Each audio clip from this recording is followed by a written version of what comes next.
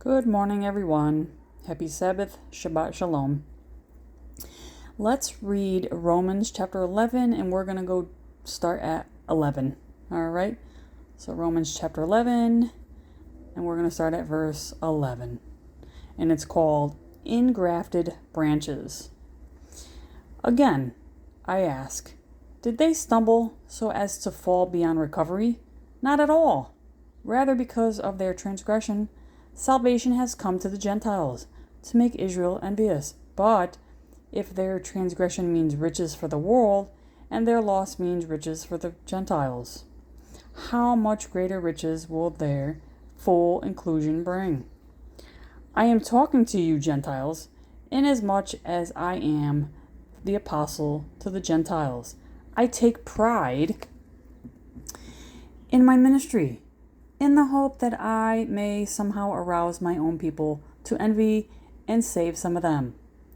For if their rejection brought reconciliation to the world, what will their acceptance be but life from the dead? If the part of the dough offered as firstfruits holy, then the whole batch is holy. If the root is holy, so are the branches. If some of the branches have been broken off, and you, though a wild olive shoot, have been grafted in among the others, and now share in the nourishing sap from the olive root, do not consider yourself to be superior to those other branches.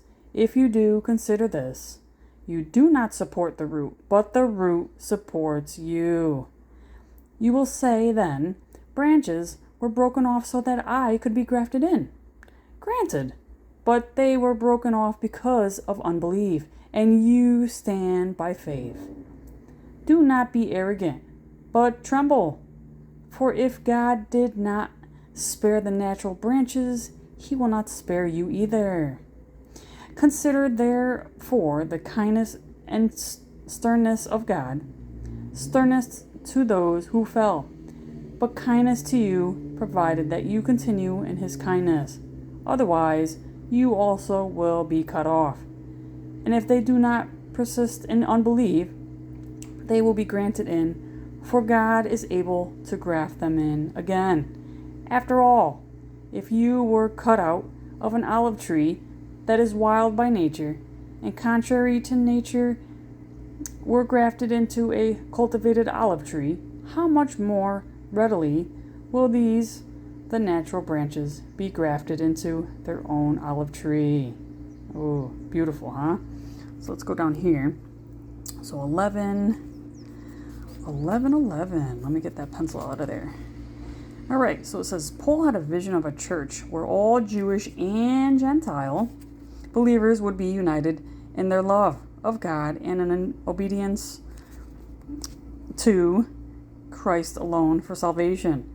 A person's ethnic background and social status would be irrelevant. Okay, so you can see Galatians 3:28. What matters would be his or her faith in Christ. But Paul's vision has not yet been realized. Many Jewish people rejected the gospel.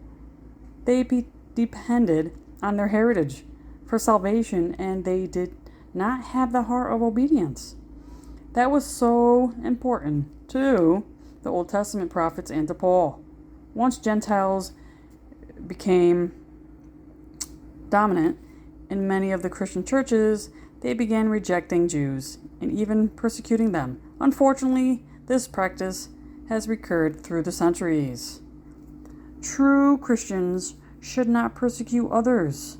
Both Gentiles and Jews have done so much to damage the cause of the God they claim to serve that Paul's vision often seems impossible to fill. Yet God chose the Jews, just as he chose the Gentiles, and he is still working to unite Jew and Gentile in a new Israel. Sorry about that. A new Jerusalem ruled by his son. And you can also see Ephesians chapter 2, verse 11 to 22. Beautiful, huh? We can keep going. Paul was appointed as a missionary to the Gentiles. Okay? He reminded his Jewish brothers of this fact, hoping that they too would want to be saved. The Jews had been rejected, and thus Gentiles were being offered salvation.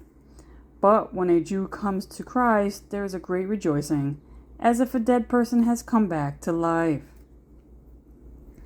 All right, let's go to this one. We can go to the next one. We can keep reading. Speaking to Gentile Christians, Paul warns them not to feel superior because God rejected some Jews. Abraham's faith is like the root of a productive tree, and the Jewish people are the tree's natural branches. Okay? Because of faithfulness, the Jews were the broken branches. Gentile believers have been grafted into the tree like a wild olive shoot. Both Jews and Gentiles share the tree's nourishment based on faith in God. Neither can rest on heritage or culture for salvation. Beautiful, huh? So that was Romans chapter 11, and it was starting at 11, and it ended at, where are we, right here, 24, okay? So it's a really, really nice verse. This is how the Gentiles got grafted in. Through Jesus, yes. But because of what? Because of our faith. Okay? Because of our faith. And then if you don't have faith, you get cut off. But, we can't be,